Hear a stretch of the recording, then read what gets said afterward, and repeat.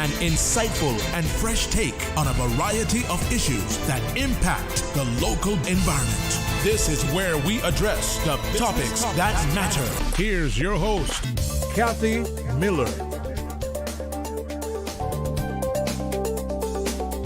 Good morning, Cayman Islands. It's a beautiful Thursday, July 17th out there.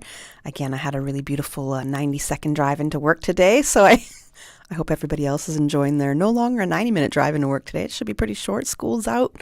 Summer is in. People are enjoying the relaxed time on the roads this morning, I'm sure, and in the evenings. On the buzz this morning, on our first segment, I'm happy to welcome from the Cayman Islands Regiment, we have Major Graham Muir. He's the regiment's training and operations officer, and he'll walk us through the purpose, training, and opportunities within the regiment. Good morning, Major Muir. How are you? I'm good. How are you? I'm very good. I had to call you Major Muir at least once. Yeah, no worries at all. Yeah, so we met about 6 months ago. That's right. Yeah. It was Event Horizon, yeah. I think January-ish? Yeah, right at the start of the year. Yes, and it was an amazing, for me, it was like a multinational country kind of support base that was going on, like a training, how you all support each other, how the different countries, Bahamas was here, Turks and Caicos, for example, Jamaica. Yeah, that's right. If we needed assistance from them, how they would come here and set up and assist us. And I thought it was a beautiful operation. It was pretty interesting and a great way to understand what the regiment does and how we help our neighbors, especially during disastrous times. Yeah, it was a great way to kind of start the year. It was no kind of small thing, and the team in the regiment did really well to organise and pull it together. As you said, it was multinational, so we had regional partners. It was interagency, so it wasn't just a military thing. We had members from across the emergency services and the HMCI take part. And to host it here on kind of Cayman speaks to, I think, some of the growing regional recognition of the disaster response and humanitarian assistance expertise that we bring. So while it was great to host Bahamas, Jamaica and TCI on the island, it was also, I think, beneficial for them to come across and have our instructors take them through how we do some of those kind of drills. So it was a good thing to be a part of, and the regiment did really well in kind of pulling it off. Yeah, I loved it. It was interesting. It was kind of cool to watch, especially because I don't always know what the regiment is doing, but you're here to tell us about that. You're here to tell us. Plan, So you've been here just over maybe 6 months, because I think you just arrived in January or New Year's Eve. You were telling me off air. Right. And I want to know a little bit about you, what your career background is, how you got involved with the regiment. Yeah, no worries. So my family and I, we landed late on New Year's Eve. The first kind of memory I think will always be the fireworks kind of going off at midnight, and my eldest, my 7-year-old, kind of waking up to that, and holding him in the hotel door as the fireworks were going off across 7 miles. Really special way to start. So that was the start of our time here. I started with the regiment just after, and prior to that I'd been with the British Army for 17 years. So I'd served with them all over the place, the UK, internationally. I was lucky to have done a couple of jobs overseas, and I was made aware of the opportunity to come out here and serve as the training and operations officer about summer last year. So about this time last year, started going through the process to apply for that role, and was lucky enough after kind of application and interview to be offered the position, and that was us. Moved over. So what's your perspective been since you've come? We've loved it. I'm here with my wife and my 2 wee boys. We've been made to feel really welcome, both like inside of the kind of regiment, but also more generally across the island. Like walking around the shops in those first couple of weeks, and people coming up to say hi to the kids, and just there's a real friendly kind of community aspect to life here, and I really like that. I'm from Northern Ireland originally. That feels really familiar and really kind of homely. I think it speaks really well to life here. So we've had a great first 6-7 months. Yeah. Nice. Okay, I like that. Yeah. Now the regiment, it's only been a few years that we've had the Cayman Islands Regiment, so I'm sure there's still so much more development for the regiment to go through. But where we're at now, can you give us an idea of what the regiment looks like, what we're all? Yeah, of course, it's a really short history. So the regiment only really got going in 2019 when the government here decided to spark the formation of it. We got an initial bit of assistance from the UK in terms of training, some equipment and a bit of logistical advice. And then there was a kind of startup phase that ran from 2019 through to 2021, and that was just really getting our people in through the doors, getting some vehicles across onto the island, and getting the legislation set to make sure that we were doing everything in a proper codified way. We had some real successes during that phase. We sent our officer cadets across the Royal Military Academy in Sandhurst in the UK, where the British Army does all its leadership training, and the 3 occasions we sent people across, we come back with a top international student award. So awesome. We've started a kind of precedence there that we need to continue the next time we send people away. What kind of, I guess I want to ask, what's the harshest part of the training that they have to go through when they go to the Royal Military College? Yeah, Royal Military Academy, Sandhurst. So it's a really inspirational place. So it's easy to go in and dig a bit deeper than you think you're kind of capable of. It encourages that kind of response. I think just there's always so much that you can teach and you can kind of train, and it's a really modern training environment as you know the regiment hopes to be as well. So it's not the kind of cliche days of sergeant majors barking orders up and down the drill square. You know, people don't respond to that well if they ever did. I never did. Yeah. I think most kind of military recruits over the last 20 years would probably say the same thing. But we've got smarter as a military, you know, both here and I think across the UK. So there's still a lot to go through. There's still, you know, not as much sleep and not as much rest as you'd probably take if you were offered, but it's a pretty inspirational place, and the team's done really well every time they've gone across to get so that there's top no shooting. Really harsh training example you can give me. You know, I'm thinking my mind is going straight to interrogation techniques. No. So we, that's definitely not for the vast majority. I think it's crawling around fields, you know, kind of getting muddy and wet and stinking and tired, and still being able to lead your team. I think that's whenever you're really tired and the weather's, you know, in typical UK fashion, not great. You just want to be left alone, and the instructor comes up and goes, "Okay, you know, Mr. Muir, it's your time to lead the team." That's the challenging bit. To then, right, okay, I've got this. You know, go through my little plan, and then take your team through whatever task you've been set. Okay, but it's great training. It's great training. Okay, and that then brought us to 2022, and from then it's really just been continuing to fill the team out, getting some more full-time staff. You know. Maintaining the vehicles that we bought, getting some more kind of vehicles across into the fleet, and then starting to contribute back. You know, we weren't created for ceremonial events or parades alone, so contributing to those responses over the last couple of years, and that brings us to the kind of where we are now. So with a training aspect, because your role is the regiment's training and operations officer, right? So with the training aspect here, when you arrived, what did you see that you could, at least the short-term goals that you could work on? And then I'd like to know, I guess, what your medium and long-term goals in terms of training are. I think genuinely, you know, it was really impressive kind of coming in to see how much progress had been made in a really short time. You know, for a regiment to go from a standing start with no prior kind of military experience on island to where it is now, to genuinely be able to contribute to the broader emergency response kind of team, be that through storm season or through the rest of the year. The policies and practices that the team have put in place were really pleasing, and even to come straight into that Event Horizon exercise, like that was to run a regional, multinational, interagency disaster response exercise. I mean, that takes some coordination and it takes some delivery. So genuinely pleased on first arrival. You know, it made the transition much easier, and there's plenty of units and organisations I've worked with over the years that would be really jealous and envious of the stuff and the policies and the practices the team had put in place. So the short-term goals were really easy. It was just to continue doing what the regiment and the team before have been doing. But we are on a growth path. You know, 2019 isn't that long ago, and we still don't look like what we want to end up looking like. So we want to continue to grow and recruit more members. So the medium-term goal was that 4th recruiting intake. So in March and April of this year, we brought another 31 recruits onto the books. That's a lot. I feel like that's a lot. It is a lot, and you know, it was a really great package for a host of reasons. But I think the main one was it's the first time that we've delivered that training from a solely internal team. So every recruiting intake before, we've had to bring instructors across from the UK, but the team's, you know, sufficiently deep and experienced and capable now to deliver that, internal to the organisation. So it's another sign of the progress the regiment's making. Yeah. We're not done yet, and we're not done growing, but we're going in the right direction. Long-term goals for training. Well, you did mention where you'd like to see yourself. So that's where that's the next kind of leading question is, where is that? What is that? What does that look like? Yeah. And do your long-term training goals add up to that? Yeah.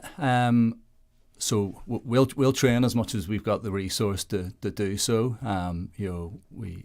We want to be a responsible organisation, when it comes to the kind of finance and budgeting. But if you offer the military more training, they'll always take more training, and that's true for us. So we've ran an annual camp last month. So we had about 60 members based up in East End Civic Centre, but working all across the island. We'd love to push that out to the full 15-day camp next year.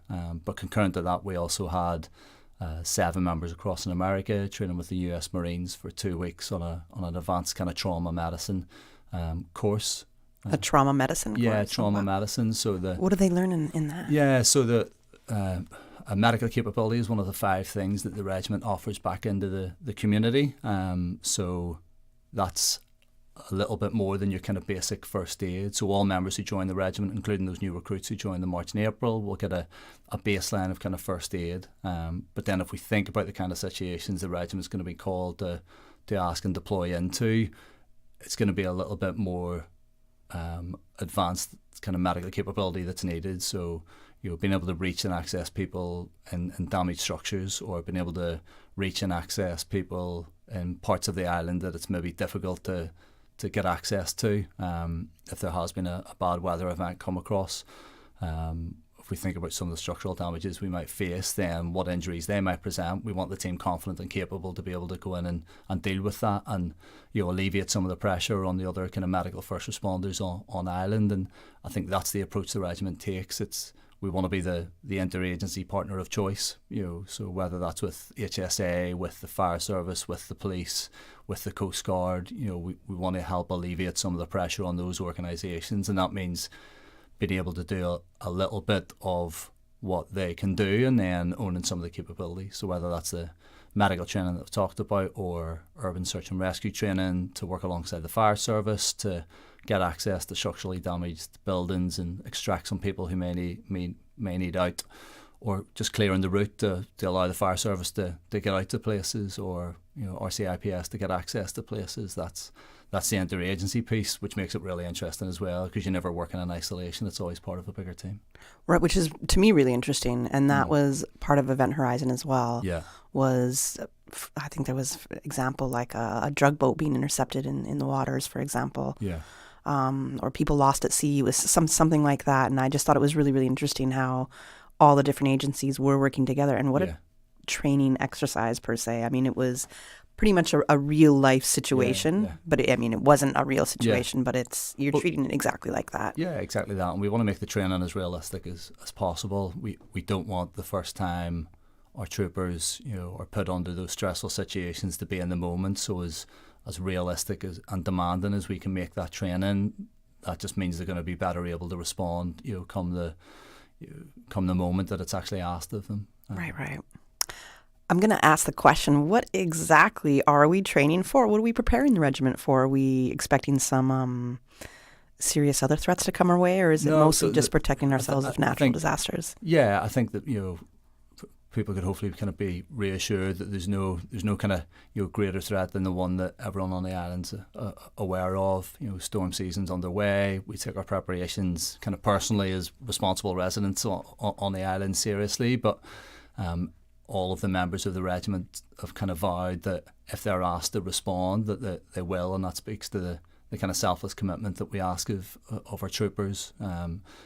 That's leaving families, leaving their own homes at a time that a weather event might be kind of coming in. The regiment's responded to tropical storms Ida and Ian and Grace, to Beryl and Raphael more recently.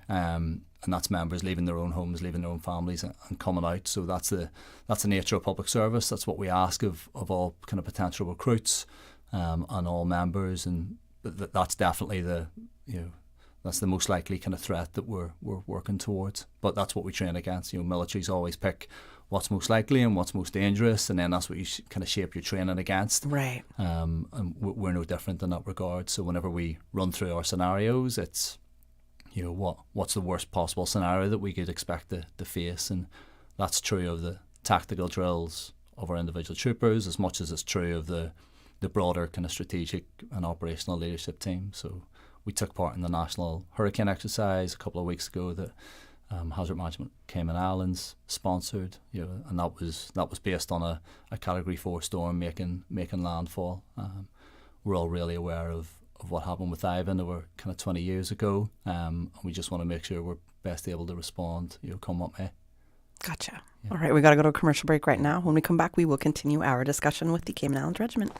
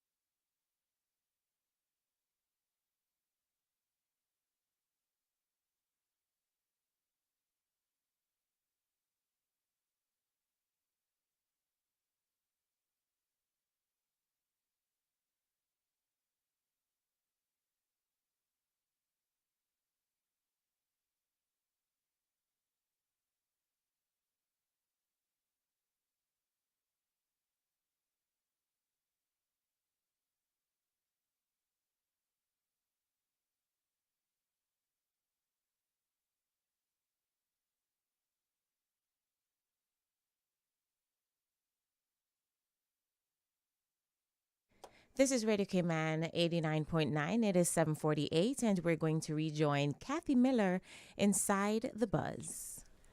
Welcome back to The Buzz. I'm your host, Kathy Miller, and we are talking with the Cayman Islands Regiment, and I have in studio with me, I have Major Graham Muir. He says I can call him Graham, so I've been calling him Graham, although I was excited to be like Major Muir all morning, but that might take a whole different tone. So anyway, moving on from that, we were talking about the training, and you are the training and operations manager, for the regiment. And you just told me exactly kind of what we're training for, right? So we don't necessarily have a lot of outside threats coming from other countries and whatnot. But I'm curious about one little thing. I know you're saying no, but my curiosity is there is pirates a little bit in the Caribbean, not to make a pun of that or anything, but there is some pirates, not necessarily affecting, I guess, Cayman waters in that sense, but perhaps other countries. And I'm understanding that there could be a bigger threat coming from Haiti. Is that really something for us to think about, or? I wouldn't say it's something for us to think about. It's, there are threats out there, and we stay alive to those threats, but if we think about what focuses the mind most, it's definitely not that, either for us internal to the regiment, or for kind of members, of society across the island. Ultimately, the regiment is asked to do 5 things. There is a medical capability that I've spoke to already. There's an urban search and rescue piece that I've briefly mentioned. There's the humanitarian assistance and disaster response piece. There is a kind of mandated security and defence capability there from legislation in 2021. But then there's just a general duties piece as well of being able to bring just shy of 100 people to lift, shift, move and help. So while there is a security and defence capability there, it's definitely not the thing that focuses the mind kind of most. That said, it's not something that we take for granted, and we want to be that interagency kind of partner of choice. So ultimately, whatever the government kind of needs of the regiment, that's what it's there for. But that's certainly not what is kind of top of the inbox or top of the training Feel ya. program. Gotcha. For me or for new recruits kind of coming in. So it's that stuff that's going to be of real value in the community, and not just necessarily in storm season, but we take those recruits in.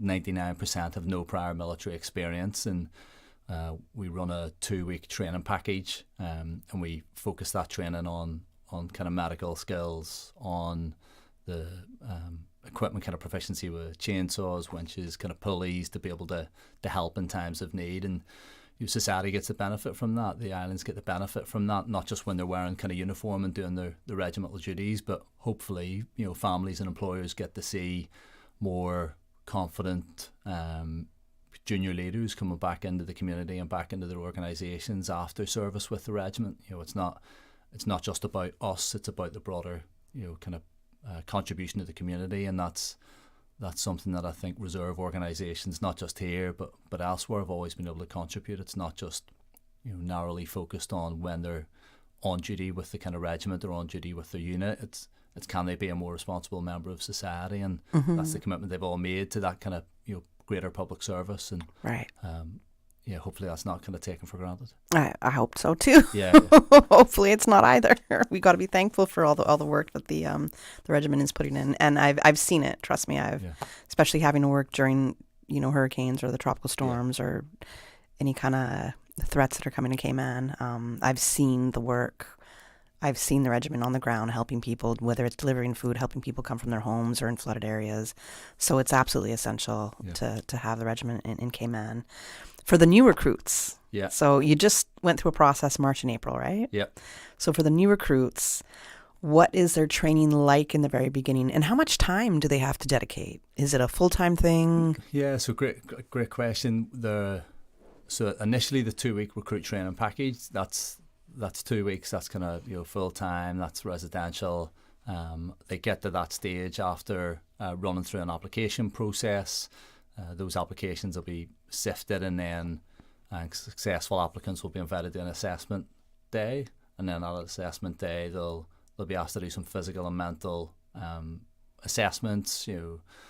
That'll look at a bit of their fitness, but also their kind of mental agility and just their motivations for joining. And at the end of that, those recruits that we're going to invite to start training will be invited along. They then got a busy kind of 2 weeks. Hopefully, I think testament to each of the 31 who passed off the kind of parade square in April, that there was a real sense of pride. They had families there, they had employers there. It was a really kind of proud day to see these recruits with a kind of chest puffed out and head held high, getting photographs taken with families. After that, it's the regiment's over 80% part time, so we've got 13 full time staff. We do hope to be able to offer more full time opportunities in the future as the regiment grows, but ultimately that's based on decisions external to the organisation as to the pace that comes at. So for the vast majority, it's at least one kind of training session a month. Like I said earlier on, if you offer us the ability to train more, we'll take it. But one a month and one annual camp a year is what we really ask of those members. And then the response to come whenever they're needed. That's really the most important thing for us. So what are the training essentials that they go through when they first come on board? There's a little bit kind of shock of capture. I think no matter how much you try and reassure, people arriving for day one of military training, there's butterflies, there's nerves. I had them, everybody's had them. But I think I could, again, try and reassure everyone who would think about joining in the future. And as I said, we'll hopefully be recruiting new members towards the end of this year to run through training in early 2026. That it's a modern team. It's a self-reflective team. We want to be an organisation that kind of has a culture of continuous improvement. So the training that we put them through is there for kind of good reason. It's all delivered internally, and they'll get the benefit of instructors who've received fresh training, be that the medical team who were across in the US for 2 weeks, or instructors who we've sent externally to receive kind of skills and qualifications. They've got a modern set of instructors. It'll be a busy 2 weeks. It'll be demanding, but they'll feel like they've achieved something at the end of it.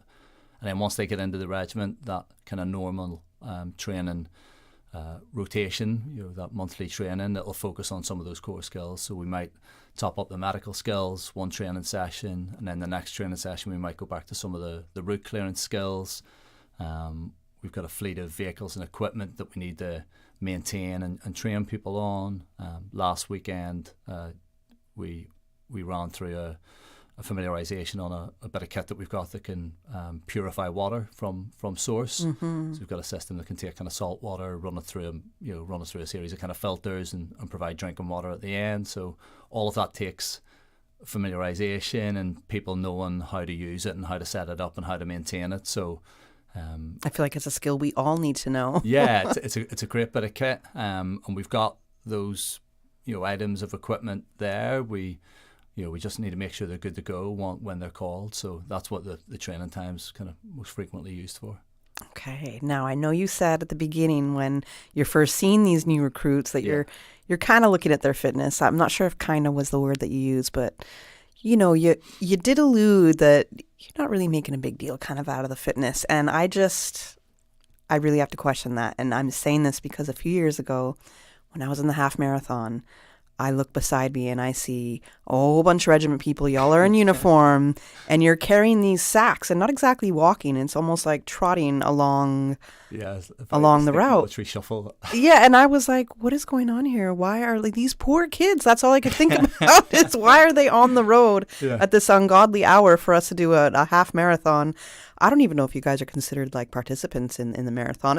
I'll have to check the records. Do you get a medal in that sense? Yeah. So, I mean, it takes it's not easy to do, right? No. Something like that, which is like 21 or 23 or clearly I don't know 26 miles. Yeah. That's really hard. Period. Just to even walk. Yeah. So I definitely have seen the regiment go through some physically, I would say, exhausting activity. Yeah. So how much does fitness matter? I think the fitness speaks to a determination and a resilience to be able to keep on contributing past the point where you maybe initially think you're tired for the first time.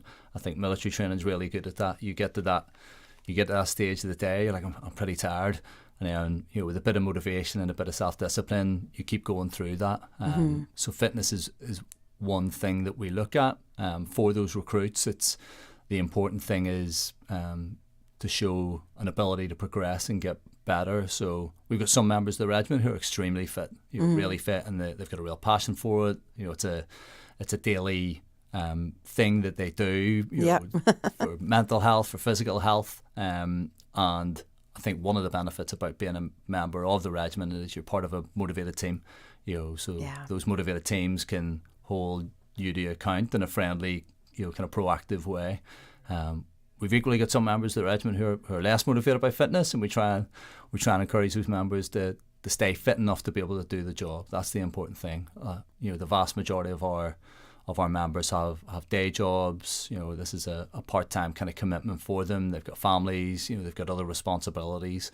So we're not under any illusions that this is the sole focus in their lives. But ultimately, we want people to be able to come out and if they are called upon, that they're not so tired after 12 hours that they're done. We need them to keep going. Right. Gotcha. So that's part of that training there in that exactly. sense too. Yeah. We got less than a minute, so any last thoughts that you want to share with our listeners, please do. No, I would just say we're a pretty kind of friendly, open, kind of welcoming bunch. So if you see us out and about, either on task, driving around in the fleet of vehicles that you sometimes see on the roads, come up and say hello. The regiment, like I said, will hopefully be advertising for new members later on in the year.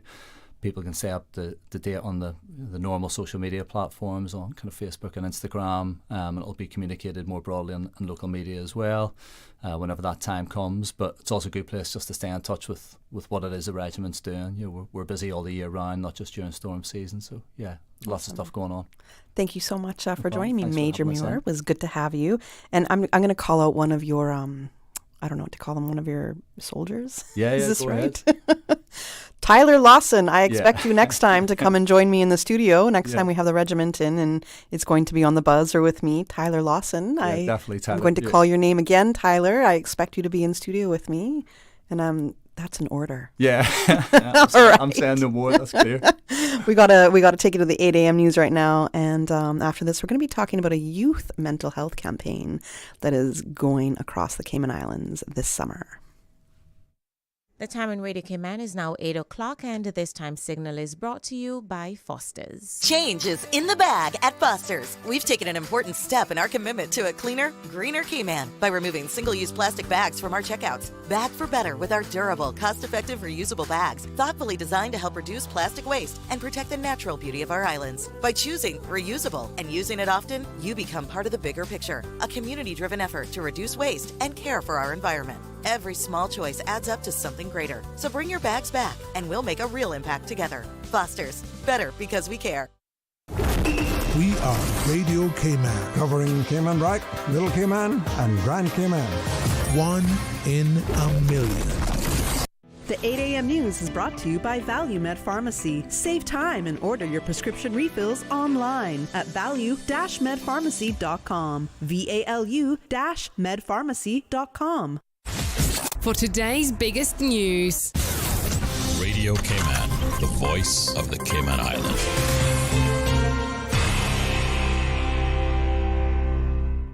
I'm April Cummings with your latest news. The Health Services Authority opens a dedicated adolescent behavioral health input wing. In a statement released last night, HSA said the 3-bed self-contained unit is next to the main facility, but with its own entrance, private bathrooms, and a space just for dining and recreation. Enhanced safety features, including 24/7 CCTV, are in place, and currently 2 adolescents are receiving specialized care in the new wing. HSA says the interim measure meets a growing demand for adolescent mental health beds, restructuring space to support both young people and adults without reducing the quality of care. A digital forensics expert has testified in the Adriana Lobo trial, presenting key evidence that prosecutors say links Ms. Lobo to a group of Cuban escapees. Radio Cayman's Renee Ebanks reports. Ms. Lobo is facing 7 charges of assisting Cuban migrants who escaped custody in December 2022. Allegations she denies. During Wednesday's hearing, Crown Counsel Nicole Petit presented evidence from a Royal Cayman Islands Police Service digital expert who analyzed data recovered from an escapee found at Lobo's residence. The expert testified that photos and videos dated the 23rd of January and the 7th through the 8th of February 2024 shows a celebration attended by at least 3 escapees. The footage also depicts a birthday cake with one migrant's name in Spanish and scenes of escapees living and cooking in a brushed, cleared outdoor area believed to be their temporary hideout. Prosecutors say this directly contradicts Lobo's claim of limited familiarity with the individuals and challenges her statements made during a customs search of her residence. On Tuesday, the jury heard from 2 Customs and Border Control officers who detailed their role in an operation at Lobo's home that led to the recapture of 2 escapees and her arrest. The case continues today at 10 a.m. Renee Ebanks, Radio Cayman News. The Ministry of Tourism is hosting its 2025 Scholarship Networking Reception. Past and current recipients of the Ministry of Tourism Scholarship are invited to attend the event, which is scheduled for Thursday, the 24th of July. RSVPs are requested by tomorrow, the 18th of July. Guests will have the opportunity to meet key partners in the tourism sector, connect with fellow scholarship holders, and celebrate the incoming 2025 recipients. That is your local news at this hour. I'm April Cummings. Now to the BBC, 4 stories making headlines around the world. BBC World News, I'm Tom Dewsbury. A fire at a newly opened shopping centre in eastern Iraq has killed more than 60 people. Video footage showed flames bursting out of the 5-storey building. The authorities in the city of Kut say most of the victims are women and children. Syrian government forces have largely withdrawn from the southern province of Sueda, but some sporadic violence has continued. Days of sectarian clashes between Druze militias and Arab Bedouin tribes prompted Israel to strike Damascus. Several people have been injured in an apparent strike on the main Roman Catholic church in Gaza City, including the parish priest. Images show broken windows and a damaged roof. The Israeli military says it's investigating. A state of emergency has been declared in parts of Pakistan's most populated province, Punjab, because of torrential monsoon rains. More than 60 deaths have been confirmed. Parliament in Ukraine has approved the appointment of President Zelensky's choice of new Prime Minister. Yulia Sviridenko, an economist, takes the role from Denis Shmyhal, who'd held it since well before Russia's full-scale invasion. The British government's confirmed plans to allow 16 and 17-year-olds to vote in the next general election for the first time. The governing Labour Party had made the promise in its manifesto last year. The German Chancellor Friedrich Merz is visiting London for talks with the British Prime Minister Keir Starmer. The two leaders are expected to discuss defence, the threat from Russia, and concerns about the alliance with the US. France has handed over its remaining army bases in Senegal, ending a 65-year military presence in its former West African colonies. The withdrawal of the last 350 French troops follows a push for sovereignty by Senegal's president, Bassirou Diomaye Faye. And the authorities in China say an unrelenting heat wave across the country's south led to an all-time high in electricity demand. It's the third time this month that the record's been broken. BBC News. The 8 a.m. news is brought to you by ValueMed Pharmacy. Save time and order your prescription refills online at value-medpharmacy.com. VALU-medpharmacy.com. Now, more than ever, supporting your immune system is crucial to helping your body fight off illnesses like the common cold, the flu, and COVID-19. At ValueMed Pharmacy on Walkers Road and in Panton, we carry all the essential vitamins and minerals to help support your immune system and improve your overall health. Some of our top immunity support picks are vitamin C, vitamin D, zinc, elderberry, and quercetin are the popular 7-in-1 immunity support. Our pharmacists are always on hand to help guide you and answer any questions. Visit ValueMed Pharmacy on Walkers Road or Panton. Live happy, live healthy with ValueMed Pharmacy. Stay in touch with Radio Cayman with the latest up-to-date, accurate news and information. For your convenience, the headline news will be repeated on our sister station, Breeze 105.3 FM, weekdays at 8:30 a.m. Follow Radio Cayman on social media, Facebook, Instagram, Twitter, or download the Radio Cayman app in the App Store or log on to www.radiocayman.gov.ky and stay connected to what's happening in the community. Radio Cayman, your voice, your choice, your radio. It's all about Immerse Summer Camp 2025. Calling all adventurers ages 10 to 14. Join us for a week of hands-on fun, field trips, and expert-led sessions inspired by the museum's exhibits. Choose week 1, July 21 to 25, or week 2, July 28 to August 1, with camp running daily from 8:30 a.m. to 4:30 p.m. Just $200 a week with limited spots available. Explore, discover, and create this summer. Visit museum.ky/immerse for more information.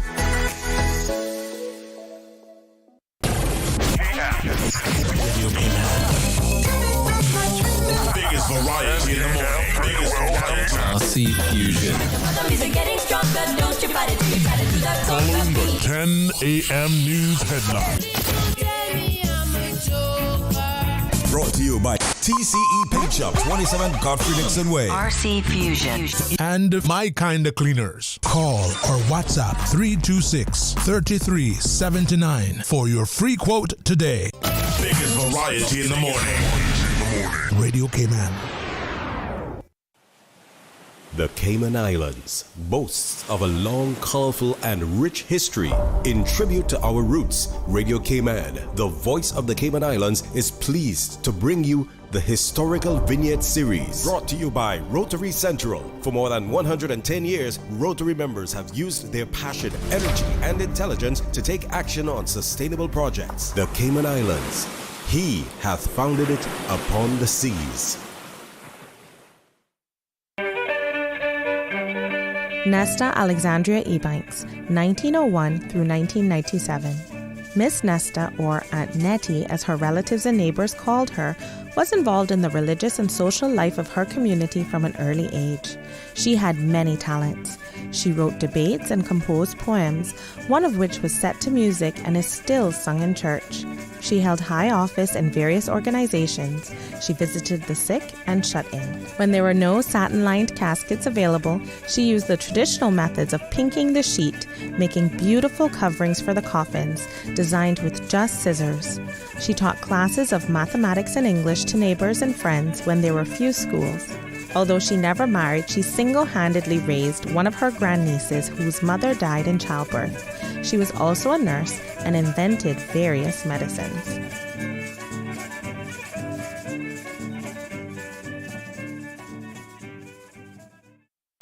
Radio Cayman's Historical Vignettes was brought to you by Rotary Central. For more than 110 years, Rotary members have used their passion, energy, and intelligence to take action on sustainable projects. Since 1993, Rotary Central has worked diligently each year to provide quality bus shelters to our community.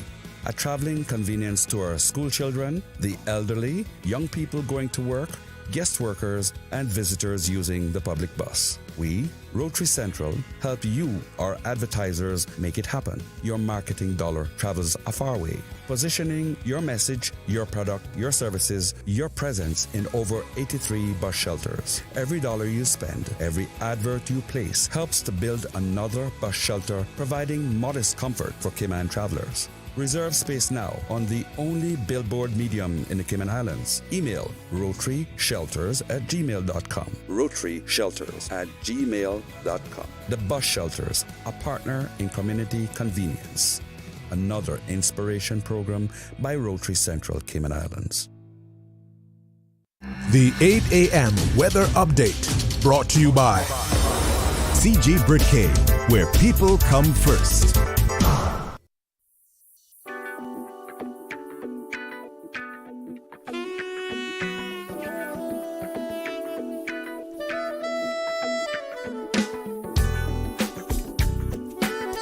Welcome back to Radio Cayman 89.9. It is now time for your weather update.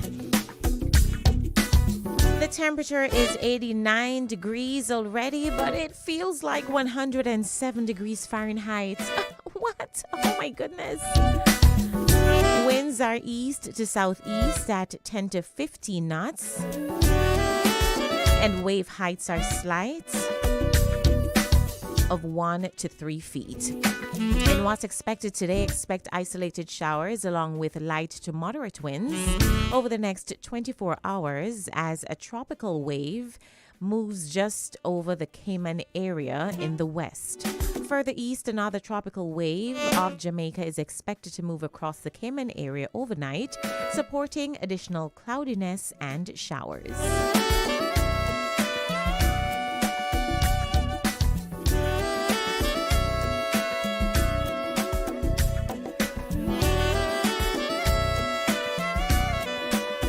Humidity is currently at 72%, and later on expect sunset to be at 7:07 p.m.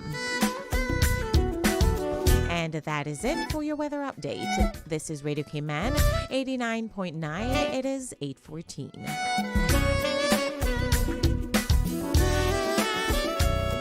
We were set to battle, and your Aunt Angie was leading the pack when... Aunt Angie, what does this have to do with car damage? Oh, right. Well, long story long. I took down the assassins and wound up inventing a new form of mixed martial arts. I became an international champion until one sore loser karate kicked my car. But I was covered with CG.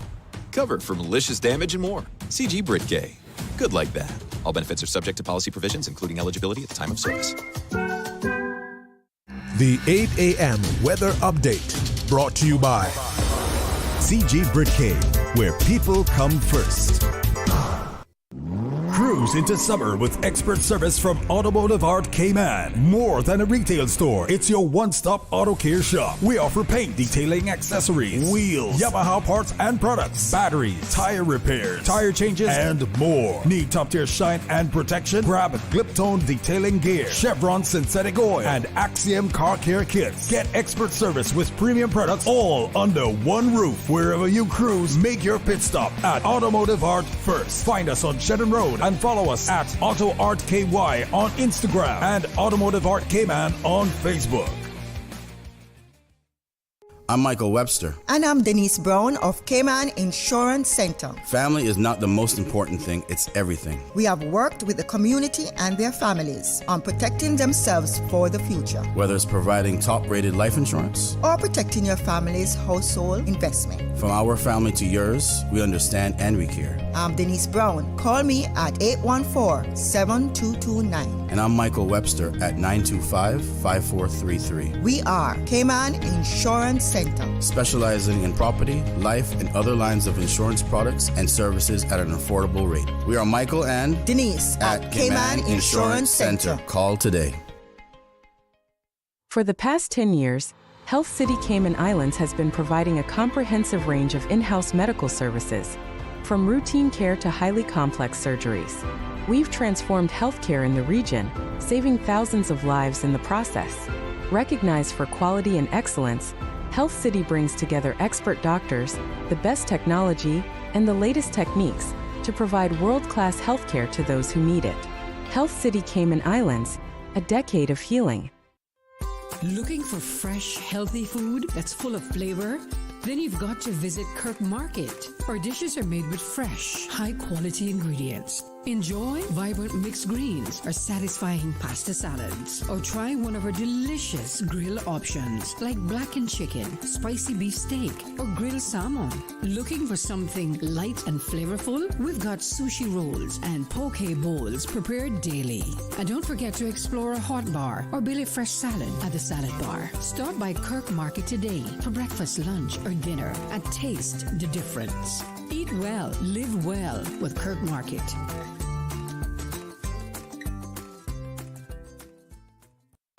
The traffic report is brought to you by Subway. Enjoy a delicious start to your day with breakfast from Subway.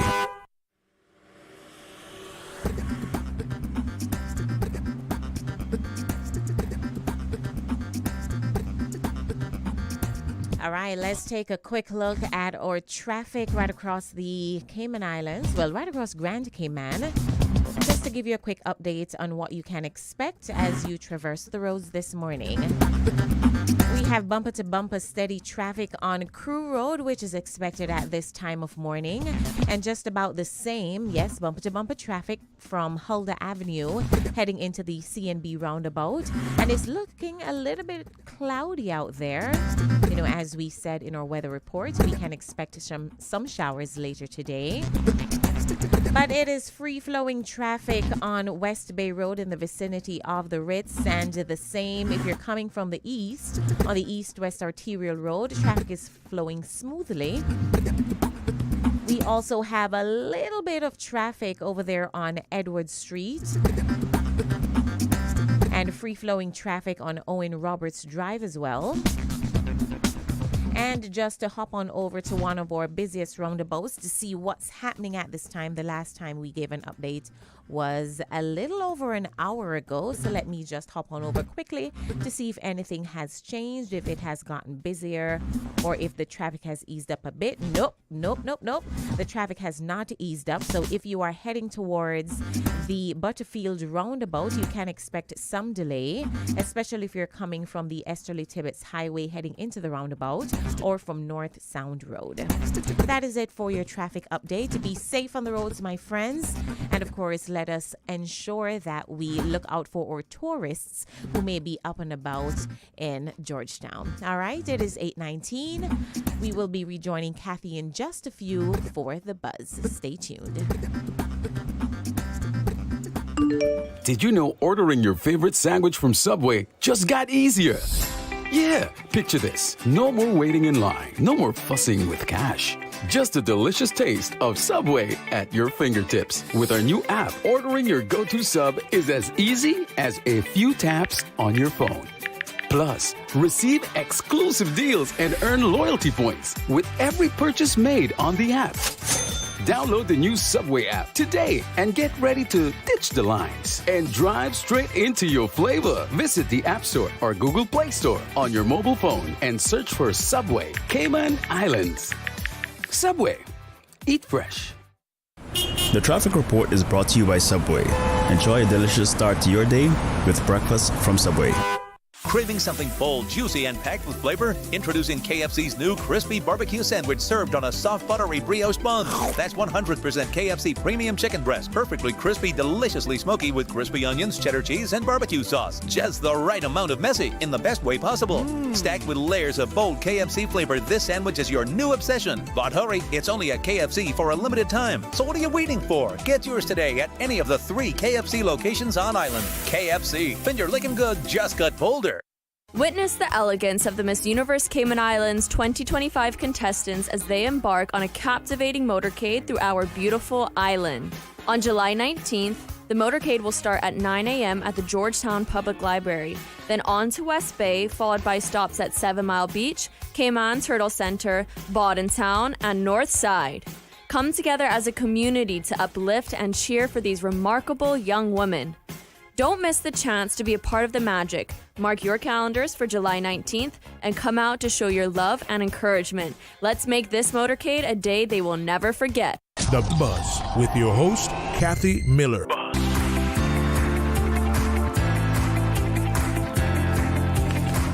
Good morning. Welcome back to The Buzz. I am your host, Kathy Miller. And on this segment, we are going to be talking about the Summer Seas campaign, which is a youth mental health initiative that's a collaborative, multi-agency approach to promoting positive activities for our youth over the summer. And I am chatting with, in studio, we have Carelle DaCosta. She's a social worker with the Department of Children and Family Services and with the multi-agency Safeguarding Hub, otherwise known as MASH. We also have Renee Ebanks, Program Manager with the Alex Panton Foundation, and Zenita James, Counselor with the Department of Counselling Services. Good morning, ladies. Welcome to The Buzz. How are you all doing? Good morning. We're all good today. We're good. Excellent. Thursday. Yes, Friday Eve. Yeah. I like to sometimes refer to when I remember. Pre-Friday, Friday Junior. Friday Eve.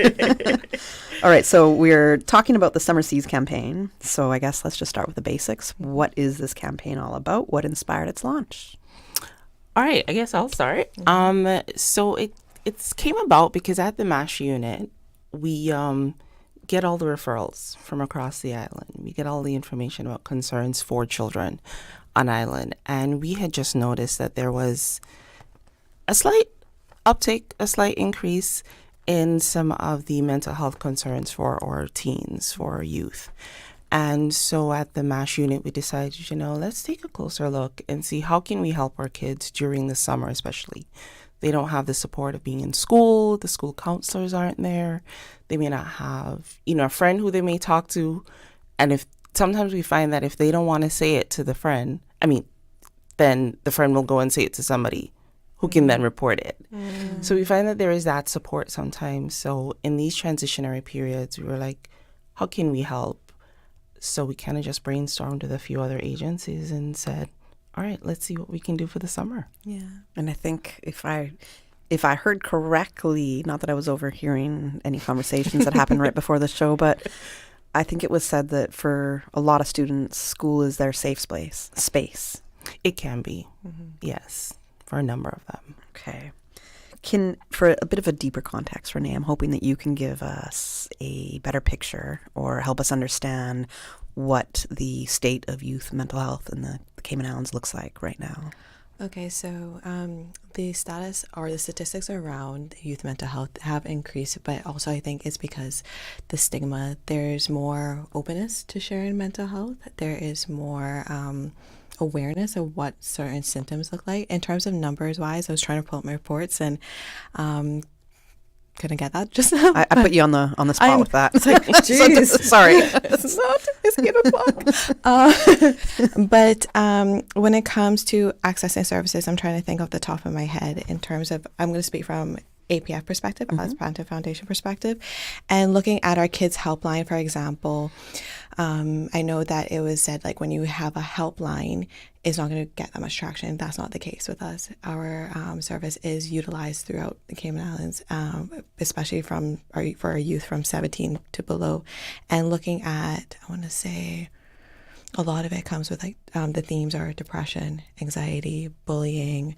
When it comes to the anxiety, school anxiety, exam anxiety, also relationships. Relationships is such a big theme in everyone's lives, but especially with our kids, it's relationships at school, as family relationships, peer relationships. And looking at the stats now, most of the individuals that access our services are 15 years old and then 11 years old, which is quite interesting because I want to say that the 11-year-olds are those who are going from like primary school to high school to middle school. So that transition, talking about the transitioning period. In terms of numbers, I know that the numbers doubled from 2022 to 2023 to 2024, and doubled.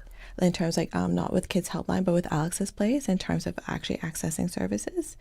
I want to say at least more than 200 for sure access services there. Again, this is off the top of my head. Right. Yeah. But that's a pretty, I mean, doubled, and that's a pretty huge jump for people who are accessing the services offered by Alex Panton Foundation. Yeah, and we do have the presentation on the AlexPantonFoundation.KY website in terms of under our symposium for this year, and that was done by Dr. Chantal Basson and Emily Kelly, which is our executive director at APF, and they go into the statistics more in detail. So if anyone wants to check that out, it's actually quite alarming to see. Yeah. I'll have to check that out since I put you on the spot to be like, Do you have that info right here by any chance? All right. I would have downloaded that for you if I knew. But it is a serious one, and it's concerning. So it shows, especially as you said, there was a little bit of skepticism about a children's helpline, but it shows how much it was needed. It is needed. 100%. And how much these services, period, are needed. And you're seeing, again, that rise in people that are seeking help. So we know it's something that's, I don't want to say a growing problem in Cayman, but we know it's something that's prevalent, it's relevant in Cayman. And just to add to, from a different context, I had a meeting with the program coordinator at the Counselling Center last week, and we just went over statistics as well, and knowing that their intakes have increased for each month as well in comparison to like 2-3 years ago. Wow. And because they're the only they're the only free service on island for counseling.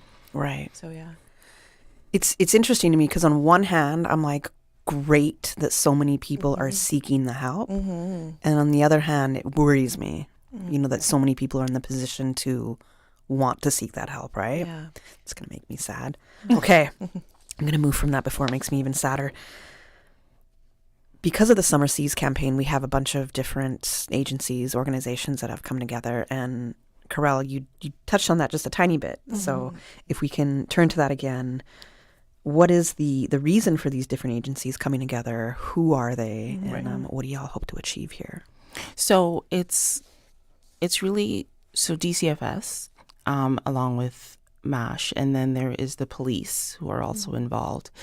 Education to a certain extent, and then we have the Counselling Center that we is also involved. The Alex Panton Foundation is also involved.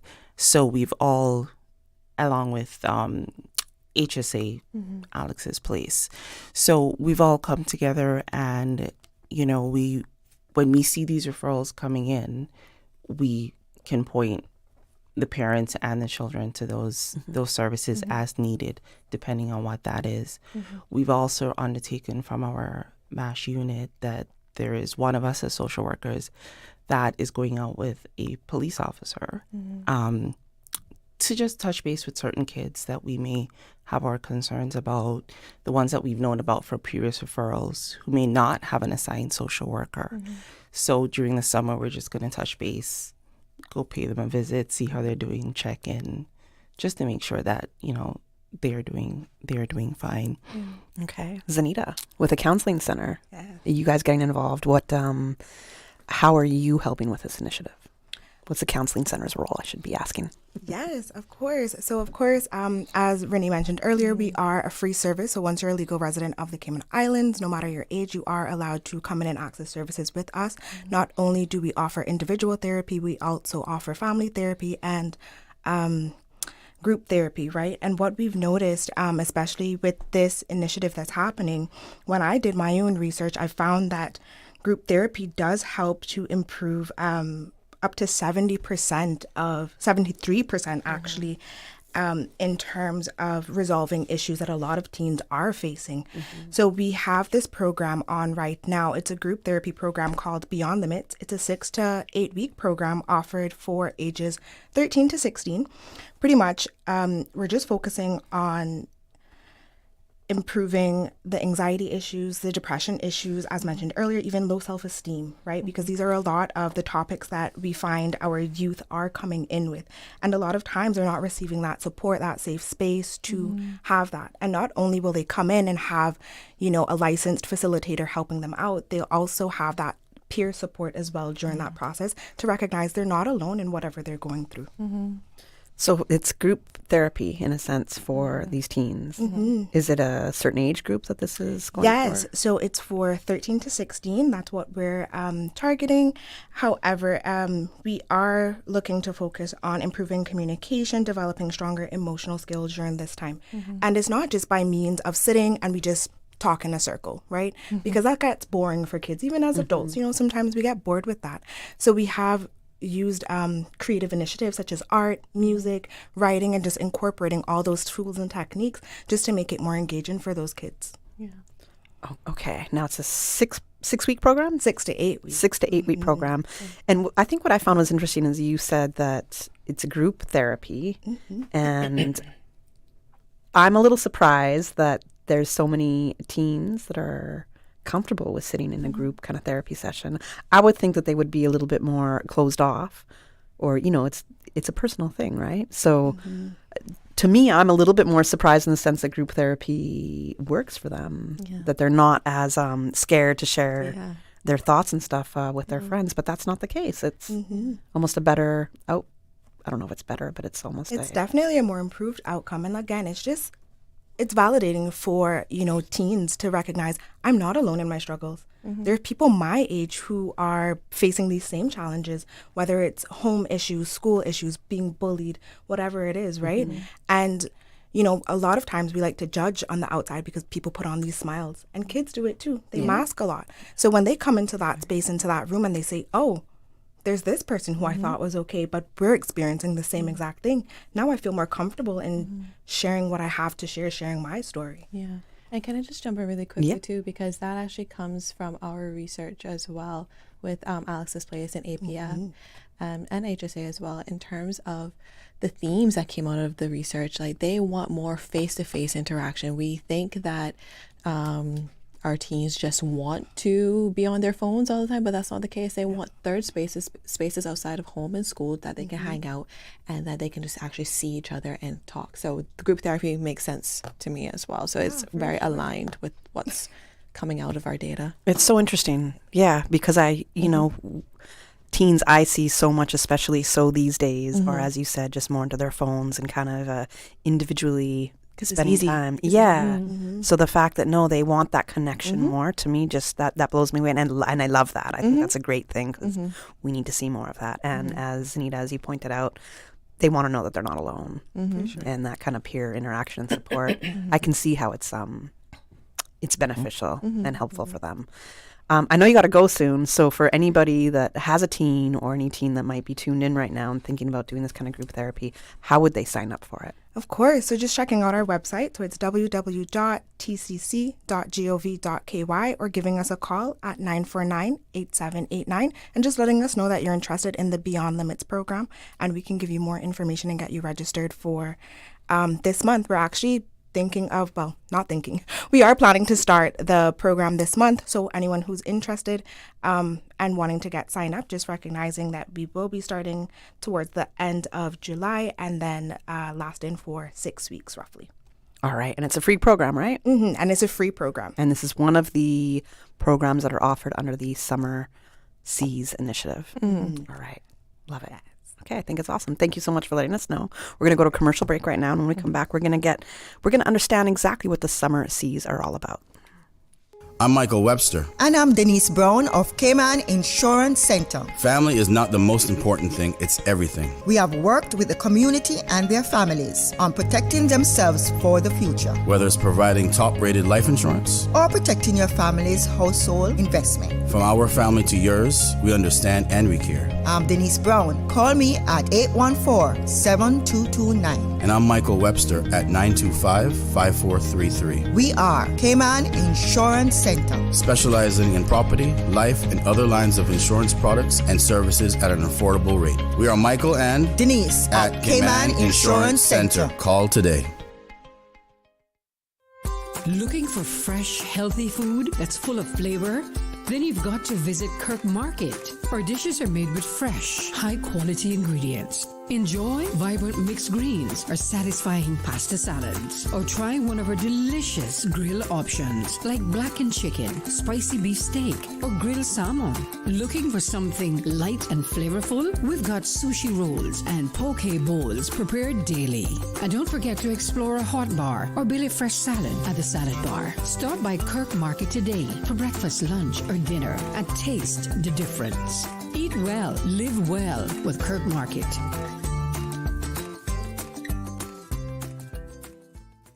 The Buzz with your host, Kathy Miller.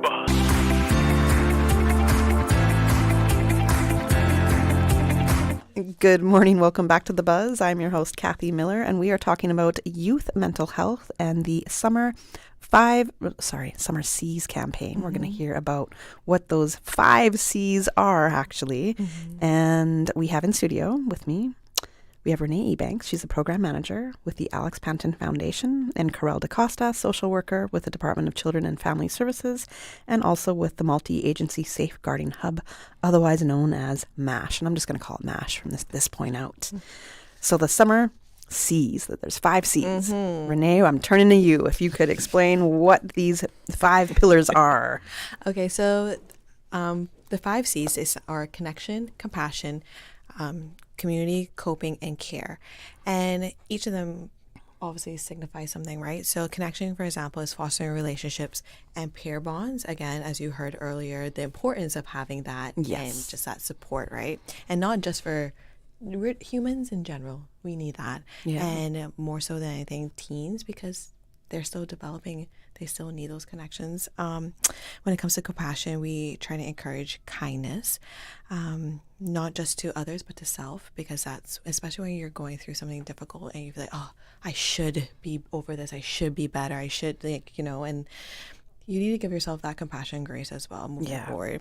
Coping, building the skills to deal with what you're going through, because at the end of the day, you need your own coping strategies to move forward. But when it comes to the community aspect now, we can't heal just by coping by ourselves.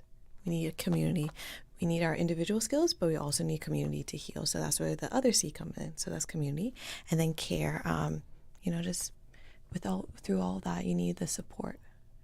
So we encourage the support. So yeah, it's just about coming together. It's about, showing our youth that we are there for them. And it's coming from a perspective of not working in silos. Because sometimes, and you can agree with me, sometimes we get caught up in our own mandates, our own bubble, making sure that we do what we need to do, which is absolutely fine, right? But sometimes we forget that there's other agencies that can help fill in the gaps that we can't, right? And so this is a public and private stakeholder campaign, and just moving forward in that way. So showing them that there's multiple layers of our multiple events and programs out there for them. And this is how we can all come together and hopefully provide an outlet. Mm-hmm. Right. This is like this is like the community aspect now, right? Right. Yeah. Yes. So Carelle, MASH. Yes.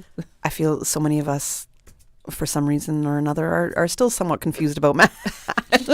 So I want you to break down MASH's purpose. Break down what we do. Yes. All right. So as you said earlier, MASH is the Multi-Agency Safeguarding Hub. Mm-hmm. And we just, as Renee joked about earlier and said, we mash up. No. So it's different agencies, Department of Education, it's HSA, It's the police and Department of Children and Family Services. And so we've all come together. The MASH unit itself is actually housed in one location. And so all the concern, all the referrals that come in about any of our kids on island, and these referrals can come from community members, it comes from our school counselors, a lot from the police. Anyone really can make these referrals if they have concerns about children.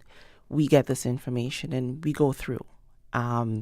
So DCFS with our database, police with their database, education.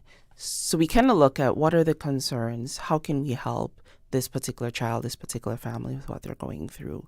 It's a collaborative effort at that initial point. We're like the first stop, you know, on a train. We're the first stop. And so at that point, we then we risk assess what is going on and moving forward from there. Does it require a social work intervention? Does it require someone to help this family, help this child? Or is it something that we can refer out to our partner agencies? We refer out to the Family Resource Center, to the Counselling Center. We provide guidance to maybe the school or the school counselors to, okay, maybe this is what you can do with this child. So it really depends, and we do this on a case-by-case basis to see how best to help the children. Okay, now I know a little earlier you mentioned that summer's a particularly kind of vulnerable time for children. Can you elaborate on why it's such an important time for us to focus on our children still and not just be like, oh, well, we get a break, they get a break, we're just going to forget about them right now. We're done. Yes. Because as we said earlier also, it can be a safe space. School can be a safe space for children. Even when we talk about our little ones who may not be able to say much, at least they're in an environment that somebody is seeing them and may notice certain behavior changes, may notice something that's going on. But during the summer, if that's not taking place, they're probably just at home. There could be that concern for them. Summer camps, you know, you may see the concerns in summer camps as a camp counselor, and you can reach out to us at that point. But we feel like just tapping into these kids, as I said earlier, the transitioning periods, the switching schools, the summer breaks, the Christmas breaks, where they're not necessarily being seen all the time. They sit at home, they wallow in their thoughts. It may help them to, they may feel worse at that point, and that's when you may have even more of a concern. And so these programs that, are out there can help to give an extra eye on when they're not in school. We had a discussion on the Buzz a few weeks ago where we talked about the concerns that mostly men are going through, and this was mostly like adult men. But when it comes to our youth, from your experience, from your understanding, especially Renee with the Alex Panton Foundation, what are these kind of most pressing mental health challenges that the youth are dealing with? So I love that you mentioned about the men as well, because our boys feel that too. They feel it starts from somewhere, right? Yeah, it starts from somewhere. So they feel, so that's something that actually came onto our research as well, that boys don't feel comfortable to talk. As I said a little earlier as well, like, depression, anxiety, when it comes to bullying, when it comes to relationships, those are a lot of things that do come out, and a lot of self-esteem. So I know Zenita talked about her program, or the program at the Counselling Center that looks at self-esteem as well.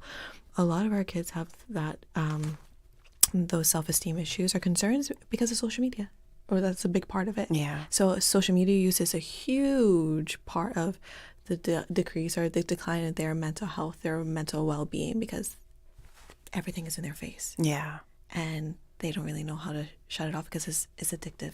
Like, look at us as adults. Sometimes for adults, it's hard. Imagine children who don't have the willpower, the developed brain that we do. Right. No, for real. So, I understand somebody's showing the highlight reel of the best moments of their life. It's not every day like this. So that, and I know, and Dr. Chantal Bazan, she did a presentation alongside Family Resource Center as well, talking about social media use and what different countries, international countries, are doing right now to mitigate that those effects because there's research currently done on the first generation to actually grow up with social media from the beginning.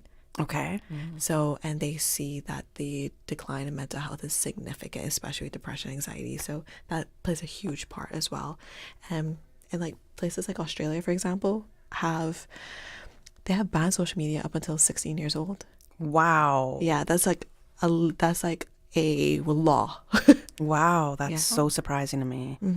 I feel like I'm very lucky. I grew up in the era of, you had to be home when the street lights came on, that era. The sun going down. Or, when the sun goes down, that kind of thing. Our parents never knew where we were, ever. We ride our bike on the streets and everything. Yeah, it's like, crazy. just come home before this. I did the wildest things that I'm like, how did I do this? And can this happen today? Like, there was no, if I had children, there's no way. So it is a totally different way of growing up than what the youth are going through now. It's interesting. I was out yesterday doing some visits with some teens, and as the officer and I were driving around, we did not see one child outside. Not one. Not one. We're driving in all these neighborhoods. Do you think it's that? Well, and I said that too. I'm like, well, it also is crazy hot. But they're like, no, it's always been hot. Yeah. And I'm like, not one. Not one. Wow. I will say though, my little neighborhood, I have some neighbors and they have a few kids. They are outside all the time. But I love seeing that.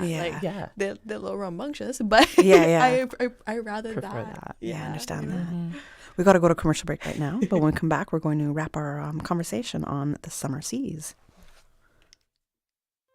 Looking for fresh, healthy food that's full of flavor? Then you've got to visit Kirk Market. Our dishes are made with fresh, high-quality ingredients. Enjoy vibrant mixed greens or satisfying pasta salads. Or try one of our delicious grill options like blackened chicken, spicy beef steak, or grilled salmon. Looking for something light and flavorful? We've got sushi rolls and poke bowls prepared daily. And don't forget to explore a hot bar or Billy Fresh salad at the salad bar. Stop by Kirk Market today for breakfast, lunch, or dinner and taste the difference. Eat well, live well with Kirk Market.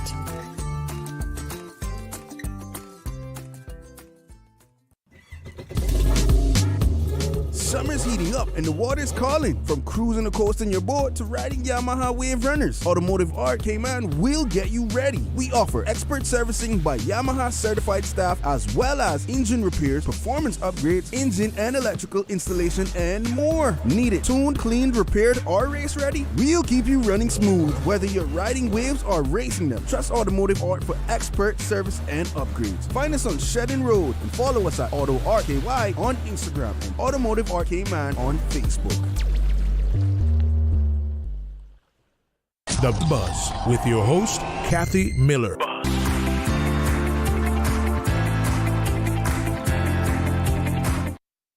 Welcome back to The Buzz. I'm your host, Kathy Miller, and we are talking about the Summer Seas campaign, which is a youth mental health initiative that is a collaborative effort between some private and public agencies. And I have in studio with me, I have Renee Ebanks, who is the program manager at the Alex Panton Foundation. And I also have Miss Carelle DaCosta, and how come I lost your social worker? Yes. I know that much. You're a social worker with, of course, I lost my exact title for you. I love it.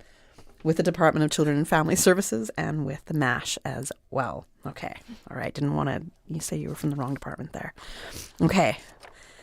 Renee, I'm going to turn to you and ask with the Alex Panton Foundation what your role is with the Summer Seas campaign, what you guys are offering, and how you've come in to help with this campaign.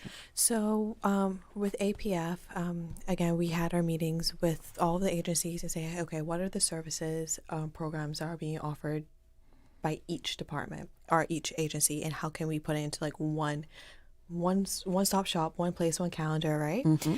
So when it comes to that, APF, we do offer a kids helpline, and that's something that has been going on since March of last year, and that is from Thursdays to Sundays from 3 to 9 p.m. And that is for youth from 17 down. And so that is basically a phone line or a text line as well. So Yes, I said earlier that our youth want face-to-face interaction. Mhm. However, they love their texting.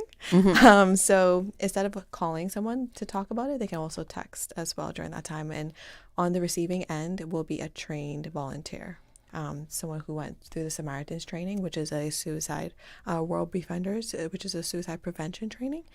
So they're well versed in how to handle those things. Okay, So I like that's that. one thing. Mhm. That is every week, and we just wanted to put that with the summer seas because sometimes children don't necessarily have transportation, they don't necessarily have access to certain things, and even when it comes to accessing our app, because you can use it through an app.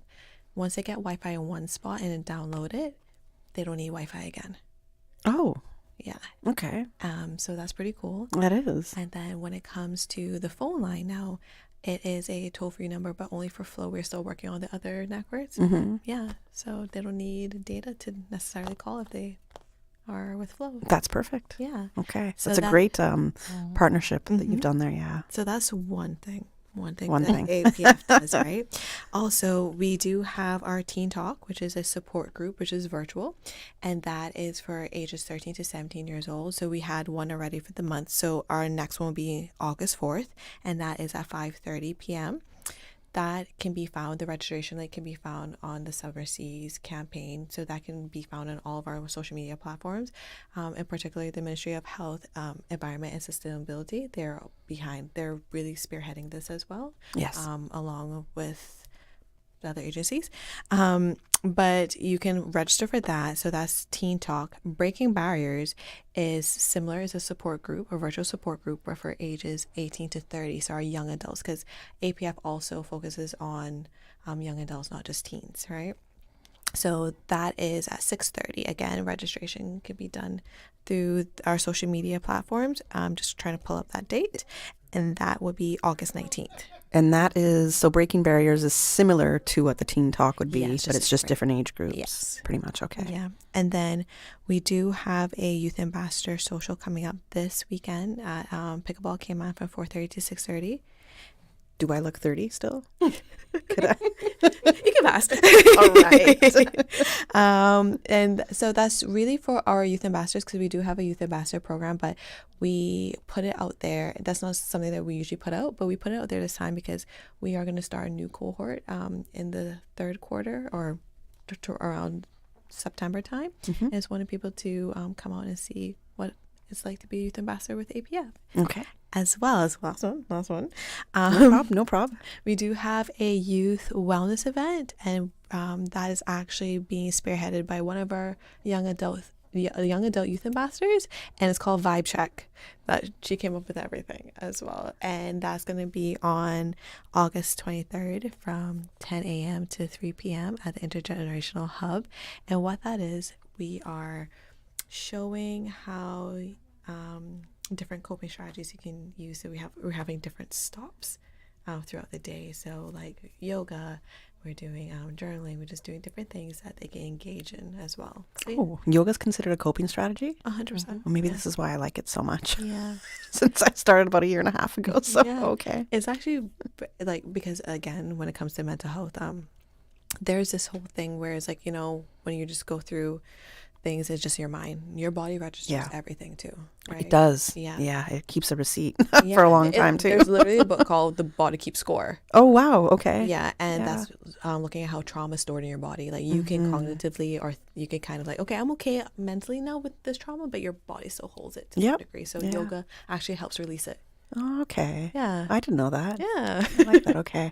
But I know the effects for the mind, especially how it can, I know what it does for me. Yes.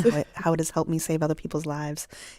She's like, by calming my reaction down. Let me save myself first. Let me help me. Yes.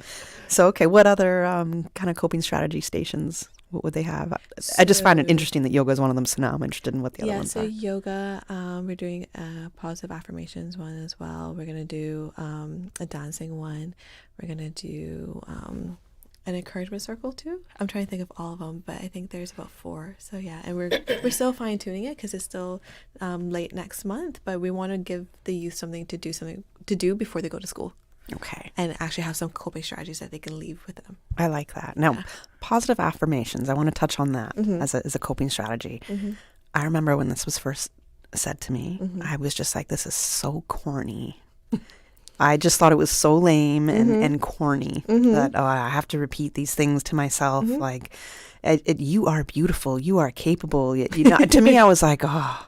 Lame. And it totally seemed like that. But then what I realized was I was saying other things. And that was when the whole, okay, you're not being kind to yourself. And so this is when the be kind to yourself part comes in. So when it comes to positive affirmations, is there anything that you could say on that as to why it is effective as a coping strategy? Okay, so whatever is fired is wired, right? And when it comes to our brain, like whatever is fired is wired. Or did I say it the other way? Whatever is wired is fired. No, I just haven't heard that. It's so like the more it's early. Yeah. But the more you basically whatever is said over and over, your brain actually wires accordingly. Right. So that's when it comes to positive affirmations. Yeah.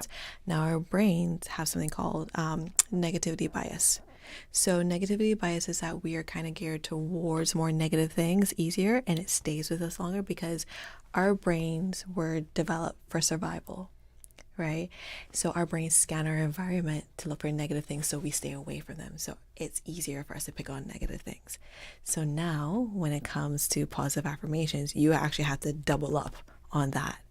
So I had a therapeutic coach one time and she was like, okay, do 5 to 1. And I was like, what's that? She said, okay, for every, and she said, pick one negative thought that occurs often. Now pick 5 positive thoughts to counteract that so that it can rewire in that way.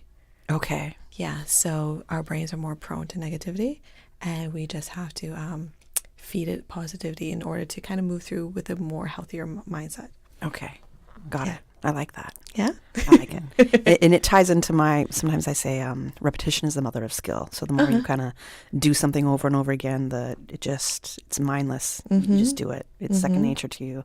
And that as well comes in the words that you say to yourself. Exactly. Those affirmations that you repeat to yourself. So. And I will say one of the biggest game changers too is, again, it might sound corny, but just gratitude, practicing gratitude. And sometimes you don't realize how much we have to be grateful for, like simple things like, for me, for example, the fact that I don't have to need assistance to breathe, that's something beautiful in itself. I have functional legs, simple things like that we take for granted. Right. When we actually take a step back and be like, okay, this is actually helping me move throughout my life. So, yeah.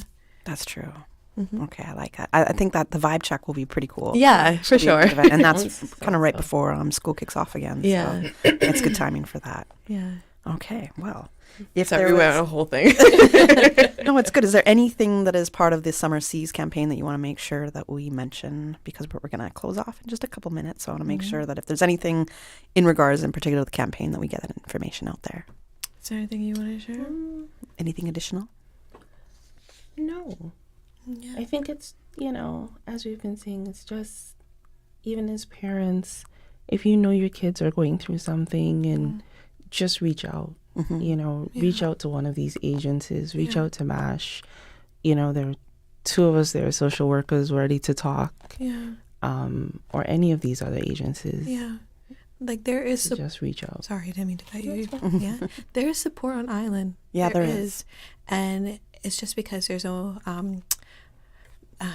not a lot of people are aware of it, and that's why we're doing it now. We're trying to promote it, but there is support island that is also free, So yeah, there is. Looking at that perspective as well. And when it comes to APF services and programs, this is not just offered throughout the summer, this is offered throughout the year. Right. So I just want to make sure that that's communicated as well. Yeah, I think the APF have been very instrumental in getting a lot of things rolling.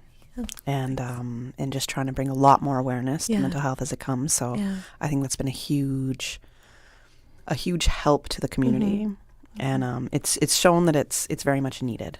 For sure, so. Especially with youth mental health, because that's our mission, looking at youth mental health, right? Yeah. And I agree with you in looking at there is help, like not to feel alone, like what Zenita said earlier. People just want to feel supported. They do. Yeah. They do. Yeah. I did want to say that we do have a contact sheet. Yes, we for do. youth. Yeah. There is that one, and we also have a fun one for kids, directed at kids. Yeah. It's the same information. Just visually that we're more stunning. Yeah, visually more stunning for our kids. That we're trying to roll out there. We've been trying to drop them off at various summer camps that are going on, different churches, just anywhere that even parents may see it, want to pick one up for their child, or kids themselves may see it and go, "Oh, what's that?" Right. But then realize that it's a list of contacts for them if they ever need mental health services and support. It's a contact guide. Yeah. It has the MASH desk, DCFS, HSA, Alex's Place, Family Resource Center, the Counselling Center, the RCIPS, the Cayman Islands Crisis Center, and the Kids Helpline with the APF as well. Yeah. The Cayman Islands Crisis Center, Crisis Line, and K-Mind. So it has resources, numbers, hours of operation for all of these, and it's on one sheet. So for me, when I'm looking and sometimes doing a show, it's just so handy to have to be like, okay, I have it now in kind of one area that I can refer, or I know who to reach out to if I have some questions. Yeah, exactly.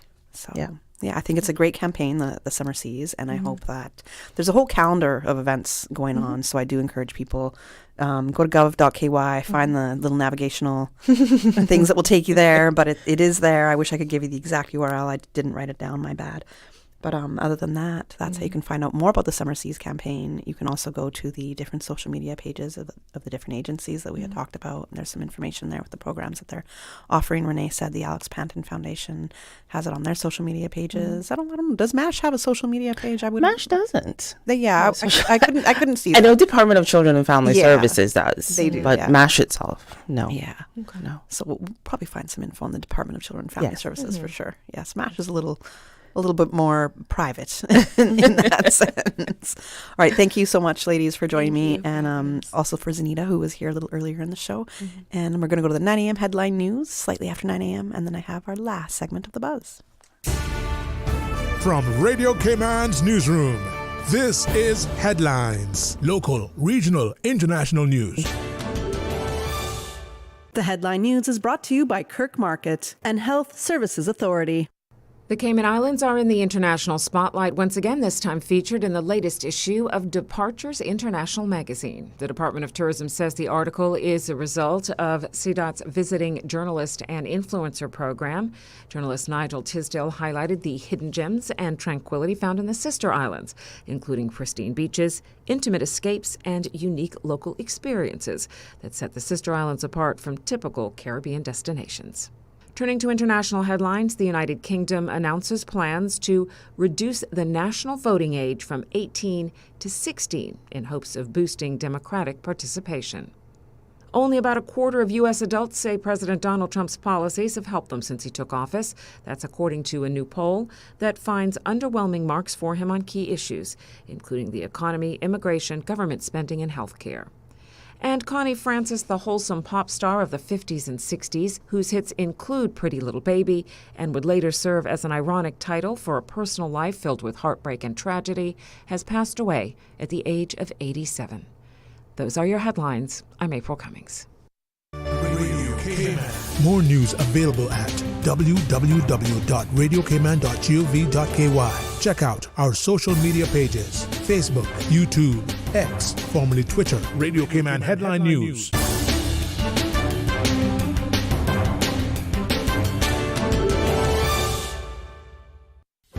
Do you have a healthcare question but not sure who to ask? Contact HSA's Patient Call Center to speak to one of our experienced clinical team members. We are here to answer your questions and help guide you through your healthcare journey. Need to make an appointment? Our team can help. Contact HSA at 949-8600 or email info@hsa.ky. At HSA, we are committed to caring for you.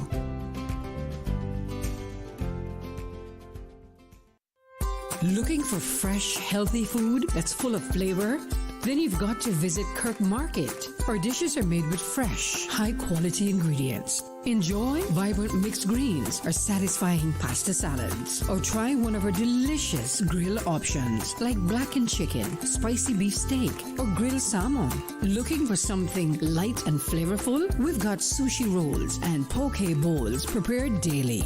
And don't forget to explore a hot bar or Billy Fresh salad at the salad bar. Stop by Kirk Market today for breakfast, lunch, or dinner and taste the difference. Eat well, live well with Kirk Market.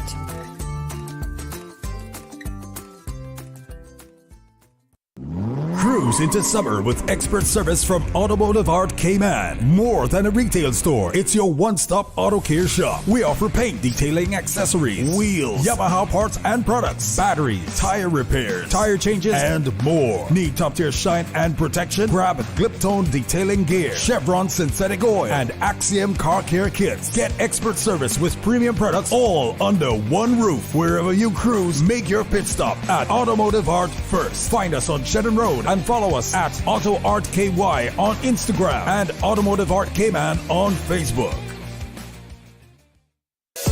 It's all about Immerse Summer Camp 2025. Calling all adventurers ages 10 to 14. Join us for a week of hands-on fun, field trips, and expert-led sessions inspired by the museum's exhibits. Choose week 1, July 21 to 25, or week 2, July 28 to August 1, with camp running daily from 8:30 a.m. to 4:30 p.m. Just $200 a week with limited spots available. Explore, discover, and create this summer. Visit museum.ky/immerse for more information. Social media, X, formerly Twitter, Facebook, Instagram. Interact with our talk shows on YouTube. Download our official Radio Cayman app, or you can log on to our website, www.radiocayman.gov.ky. You can also add us to WhatsApp on 925-3261. All the latest information, breaking news, community events, and more. Radio Cayman. The Buzz with your host, Kathy Miller.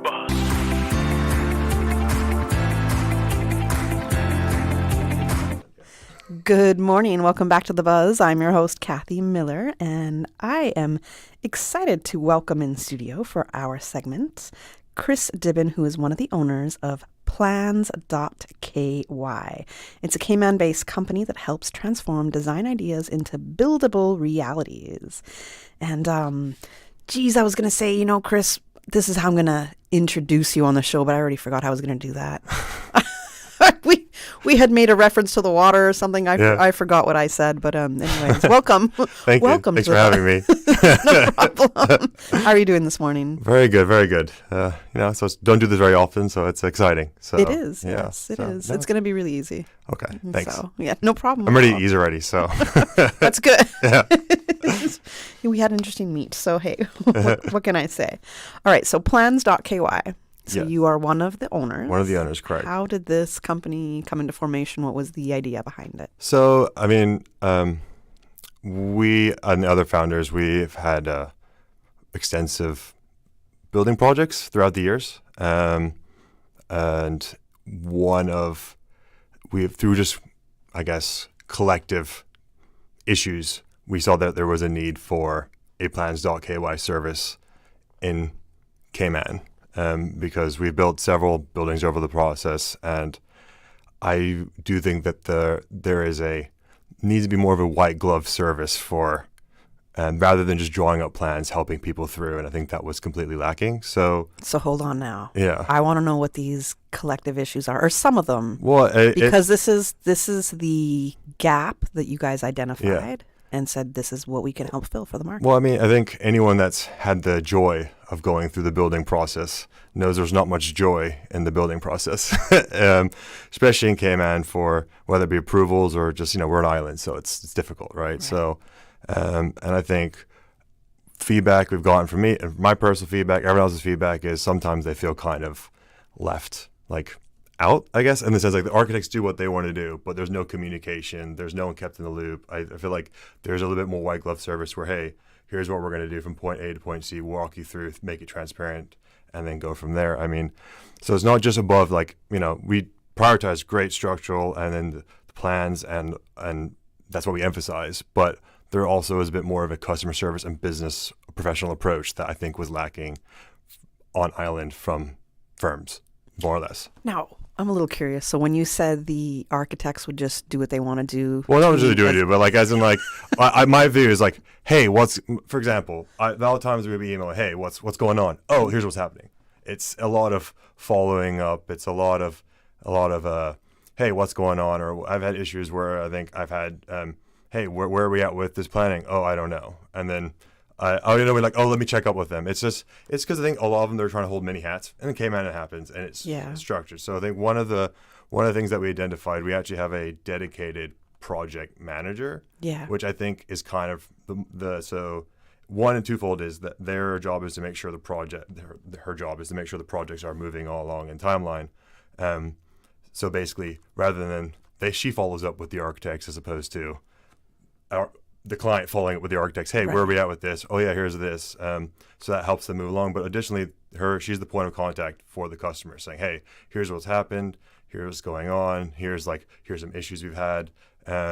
Just so there's a bit more, and that way it also allows the architects to do what they do best, design and focus on the work rather than it's customer service as well. And I think that was kind of one of the things that we saw was a gap in the market, especially when you get to the high end multi-million-dollar building, sure, that's you're going to get that service because they're spending millions and millions of dollars. But it's just the normal kind of lay. And we do some of that work as well. But it's service. Yeah, it's service, right? It shouldn't matter how much money you're spending. Yeah, but also it's in Cayman, it's there's just a lot going on. There's a lot of building. I think everyone's all over the place. People kind of get spazzed out. So I think that was something that we implemented, and we've got really great feedback from that, and it's really been helpful. And like even that, we try to be transparent as possible. And we've had one of the things that I think we do. I mean, at least from the architects I've worked in the past with, is we have a much more transparent price model.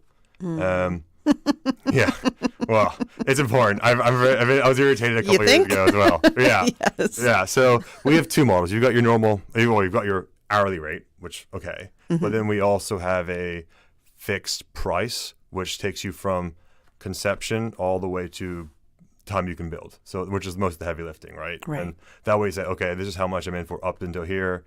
There's no thrills. What you say is what you get. Why would somebody opt to do an hourly rate? Like what situation would you be in for that? Some people, my father's one of them who will, he's like, he doesn't do quotes. He's like, he wants the cost, because otherwise that's what you're going to pay what you get. I think it's kind of like, it's more transparent, but for people who are more price sensitive, they want to know how much it's going to cost, how much is going to cap.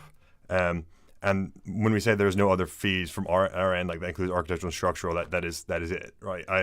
I've had instances where, for example, I was using an architect and, okay, here's the fee. Cool. Here's the quote. Thank you very much. Oh, by the way, we were using a third party we need a third party input on this. Okay, that's fine. Oh, by the way, here's the bill. And I'm like, wait, why are we paying you? Oh, no. Part of the agreement is we facilitate those relations and transactions, and then we add a 20% upcharge on their bill. So if they $10,000 outsourced, they charge you 12. And it's like, well, why are you paying 12 for a bill that I could pay myself? So and it's there on the agreement, but it's like in the fine print, right? And it's like, well, the coordination should be part of your fee, and I think that's how we have done it. And then also, I think a lot of times I've had other quotes where like they only give up to planning approval, which planning approval is great, but you can't build after planning approval. You still have to go through building control and et cetera. And I think there's a lot of reasons why people aren't comfortable doing that. One, building control is its own beast. And then, but of course, like that's our fixed model and it's all set out, and then the payments are done by milestones. So it also incentivizes us to get things done. Right. Because we pay like, X amount on the beginning of the job to do the initial work, on planning approval, and then on building approval. So there's incentives internally for us to get the job done and push them on. Right. And I think it's more of a transparent model, and that's kind of something that we've really are trying to push to people. And I think people have found that they really do like that. I think also it allows the customer or client to ask the questions, because they're not they're like, oh, every email I send is $100, if that makes sense. So yeah, that would be crazy. Yeah, because I mean, it also is like, because you've got the hourly rate, but you also don't know how people how people invoice, right? So like, an email. They might have a minimum. Our minimum is 30 minutes, so it might be a 5-minute email, but they charge you 30. Right. So everyone's got their own internal, which 30 minutes or out. part thereof. Yeah, part thereof, right? So it's for those hourly professions, it's kind of like lawyers or whatever, same way. It all kind of. So I think same way whenever I deal with someone's ever dealt with lawyers, for example, like I don't send them an email because I know it's going to cost me $150 per question. I'll save up everything, and we don't really. I think also that model allows them to ask the questions and go through, right? So I think that was one of the... My tip for you is to get as many attorney friends as possible. Well... and not in corporate law. I'm okay. an ex-attorney. Well, an ex-attorney went into planning. Okay. We do a bunch of other business ventures as well. Okay, so gotcha. That are some of them are side adjunct to this, which is how we got involved with this. Okay. So, okay, gotcha. Yeah, so that's and then the other guys are more of the technical day to day, who are much more of an inside of this. But fortunately, it's summer holiday and they're on vacation. So now I know this doesn't necessarily have to do with Plans.KY, but how did you transition from ex-attorney into this industry then? It's you see yourself more as an entrepreneur, and I'm sort of. We're gonna go on a real tangent.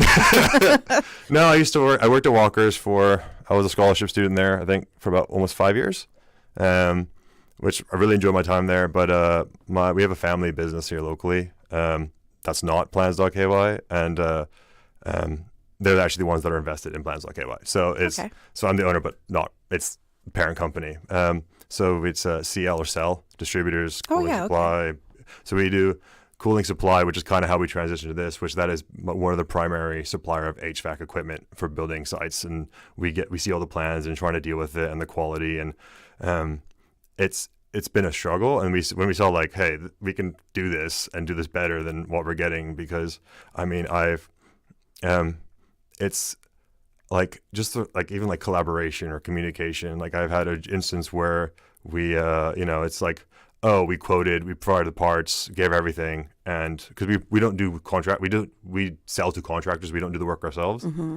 Only to find out that when the job went to be done is that no one sent them the most updated plans, and because the next thing you know, we've ordered X hundreds of thousands of dollars of stuff, and it was wrong because the collaboration wasn't there, the communication wasn't there. It's because I think everyone kind of works in silos sometimes, and it's something that we, from our own frustration, was like, hey, we emphasize this, found out some really good guys, and be like, here's what we're going to do, and this is what we're going to prioritize. Mm-hmm. And I think that's kind of what we've instilled in the team is, hey, this is what we're going to do, and it's trying to provide a white glove service at a reasonable price, mm-hmm. which is just service, like you said. It's service is service. Like it's not like and I think that's with professionalism, right? So that's kind of what we're at. Even from like the intake of our, we've streamlined the intake process and onboarding process, and we spent a lot of time in the marketing, but also just making the processes easier and our documents uniformed and making them professional. Whereas like I've gotten quotes for a job. Okay, cool. It's architectural. It's like $250,000, and literally the proposal is one page, just saying you're going to build this. Here's how much we're going to charge. Thanks. And you're like, okay, cool, thanks, right? So whereas, we do a really good job, and this is even from like the onset, and I think we've got really good feedback from the clients as that you guys sit down, listen to us, spend the time, even if we don't have the job, because I always work as if we're going to get it and say, hey, so we'll put a whole proposal again. We'll have a discovery call, a couple of discovery calls. We then put out a whole detailed proposal of like, here's what you want, here's what you have, here's what we're going to do, basically main goals. So it's all written out on paper in the proposal itself. So to make sure we're all aligned. And then even then we might even attach like, hey, you want this type of style of housing. We'll find other style of housing, attach it on, be like, is this the style? Like, this is kind of the style you want. So we're all on the outset. It's like, oh yeah, that's definitely what I was looking for, not what I'm looking for. And we amend the proposal that way. So it's all out in writing. And they're like, okay, I feel comfortable. They sign it. And it's more of and with agreement, it's much more of a streamlined professional approach than basically, yeah, I'll do the job, no problem. Right. And that's kind of what I got from a lot of architects. Yeah, we'll do that. And they're like, okay, cool. But but like, you don't feel like, oh, these guys are actually involved. And that was kind of something that we really were big on. And we spent a lot of time fine tuning that as well. So it's just basically our internal process is something that we've tried to really focus on to give that service. I love that. And to me, service is so important. I'm a huge stickler for service. Yeah. So And that is a selling point for me. Yeah, and I think if I know that you can do it better, then this is going to be one of my things is why would I go to Plans.KY as opposed to perhaps a very well-known established architectural design group, right? Yeah. Why Plans.KY? Yeah, I think it's, it's making everyone feel like a priority, and it's not just like, as I've maybe just in other businesses, it's like, oh, you're not big enough right now for us to warrant you to do your work kind of stuff. And we've got this client who's X amount of millions. And so, sorry, we're going to have to focus on this one. And then you're just getting like side bits here and there just to keep you on. And that's not something that we want. Either we scale up to meet the demand or we just don't take on the work. Like that's kind of why I think that's what happened now is it's very hard, especially with the way that Cayman's building right now is there's a lot of demand and I don't think people are keeping up with the pace of the demand. And they're taking on jobs that they can't give you the service that they are. And then I think, it's just trying to give people especially like first time home builders who are not used to the process. Whereas like, even we've done a couple now, but like even like I've had instances where I say, oh yeah, it's not X, Y, Z and compliant. And everyone's like, what does that mean? I'm like, you can't sell that to a client. Like they don't know what that means. You need to dumb it, like not dumb. Oh, not layman terms is what I like to say. Yeah, layman terms is a much better word. But it's true. And it's something that you have to say, hey, this is why. Oh, it's because there's, and not like, oh, it's the violation of code. It's like, but why is the code there as well? At least give them updates to hear about the end goal of this or whatever. And especially, I think in Cayman, there's a lot of rules that I personally think that should be that we've kind of taken a lot from the U.S. and we're not the U.S. And I think there's kind of like, why are we doing that again here? And I think there is just a bit more of sitting down and explaining to the customer, hey, like here's why. I think as well as one of the big things is that we kind of emphasize is, especially for first-time home builders, right? It's like you're spending probably almost all your life savings, especially on this job. It's very stressful. There's budgeting constraints. There's all sorts of stuff. But it's also managing expectations. I've got tons like, hey, we want this done in like 4 months. I'm like, yeah, that's not happening, right? Or by the end of the year, I'm like, well, you might get through planning, but you're not going to get through everything else. But it's like it's just basically, hey, okay, guys, you're not used to this. So every through we will do like, we'll do a check-in. Be like, hey guys, here's what's going on. Actual phone call. As opposed to just simply shooting an email. Actually, to be honest, what normally happens is you email them, hey, what's going on? Oh, yeah, here's what we have. They rejected these. We have to resubmit these into BCU, blah, blah, blah. And like, so that's when you get the updates, whereas I don't really think we should be reaching out. There should be more of you reaching out to customer, and it's something that we try to. And those updates might include cost changes. Not so much for our cost changes, but there may be cost changes along the lines of, we are going because we're going to have to amend this to match that, which will increase the building costs, right? I mean, for our costs, like I said, if you do the fixed plan, it's fixed. Of course, that is within reason. So if you said, hey, we agreed on X, but I want to add another bedroom onto this property, there's going to be a change because we're designing another bedroom. Or if the client goes, not practical, but like stylistic changes, being like, actually, we've done this. Okay, cool. Actually, I want to move all the bedrooms upstairs and this down that. And you're like, okay, well, now we're redesigning a whole house again for completely stylistic. Then there will have to be some sort of. But if that rarely happens. Like it's not come up. We do have people adding on, which is obvious. That's going to be additional charge. But as far as the changing for stylistic, we haven't had that come up yet. So, okay, gotcha. But yeah, no, I mean, it's also like checking in with the customer, speaking to them. Everyone in Cayman is very different, right? And everyone's got different needs, and that drives from where they're like profession, but even we have a multicultural pot of people, right? So I imagine there's 100+ countries here, and what they prioritize in a house is very different than what someone else would prioritize in a house. Right. If you have a say someone from from certain countries, they might prioritize entertaining. They're big on family stuff. Like they've got large families. And that could probably be most for Caymanian people as well. Like, they have to have room for entertaining this, whereas other people are like, actually, we don't really want to do that. We rather have bigger master bedrooms or X, Y, and Z. I want a house to keep people out. Yeah. Whatever it is. Yeah, exactly. Different needs. Or I've lived in the Cayman Islands now, and everyone keeps visiting me. Can we just get rid of the extra room, please? Yes. So yeah. So it is very. So like I said, it's tailored to knowing what your customer wants and working them through that process. And it's not just simply designing, and which we will do. We do really good work with the plans themselves, but it is saying, hey, I feel heard, and I'm working my way through this process with you together as a cooperative. Yeah, it's wild to me, especially as a first-time builder, that maybe you won't be listened to as much, or you don't have the experience, and some firms might kind of use their experience over you, kind of hold that as leverage over you. I think that's, to be honest, I think for any profession that kind of happens, whether that be law or like it can happen. Yeah, but me as the client, but you have to say, hey, like, you need to listen to your client, right? And well, at least inform them, right? But understand that how relationships and trust is built. Yeah. So if you are educating me, no, Kathy, this is because it's because of these codes that this can't work and we got to do this.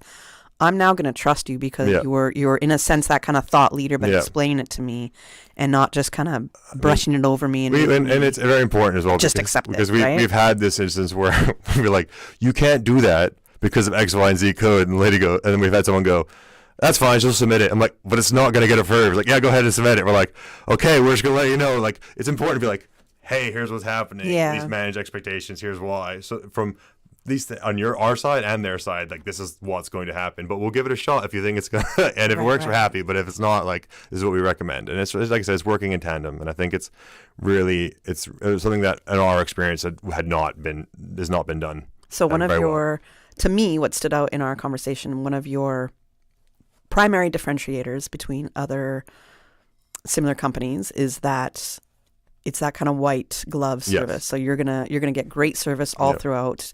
The people at Plans.KY will be following up with the clients. As a client, you don't have to be checking in where all the stages of the design process. What is the core services that you offer? Right now it's just primarily architectural services. I think we've been around for about a year and a half.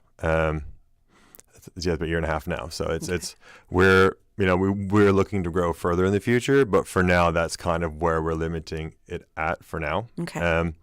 And we're quite busy as it is with that right now. So once we get more of a hold, we're definitely looking to grow other services. I mean, we're taking on more and more jobs every month, sounds like. Well, I hope so. Yeah, we're hoping to scale. Yeah. What about when it comes to construction? So when you're looking for contractors, and builders. We have very good relationships with people who we can refer to for when you get to that kind of stage, and that's kind of how. We personally don't do the contractor stage and building. It's more of the design.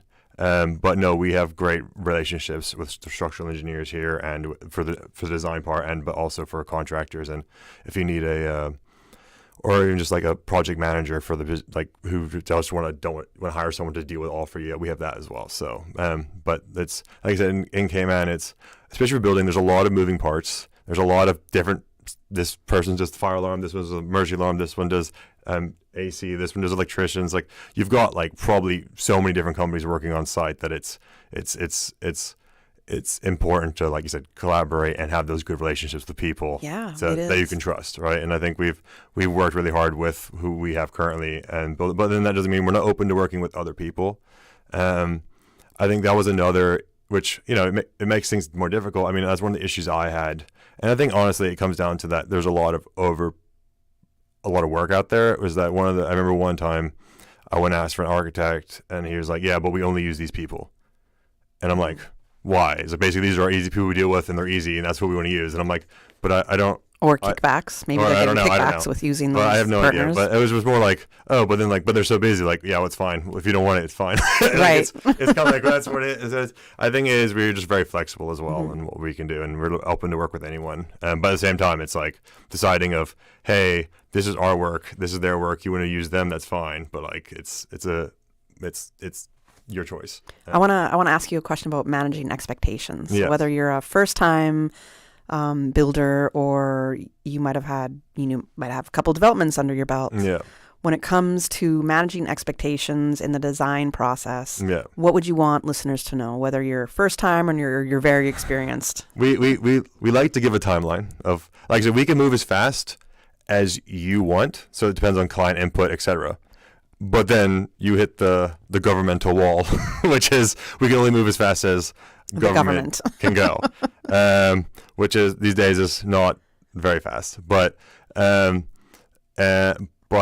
it is about managing expectations, saying, hey, it's going to take you 3 months to get through planning. Building control is basically that's a different beast in itself. It depends how many changes they have. The more elaborate the design, or the more bigger the project, the more likely that's going to take longer than a tiny like a tiny 1-bedroom home, because there's a lot more to review and a lot more stuff. But yeah, it's about managing those expectations. And to be honest, like all of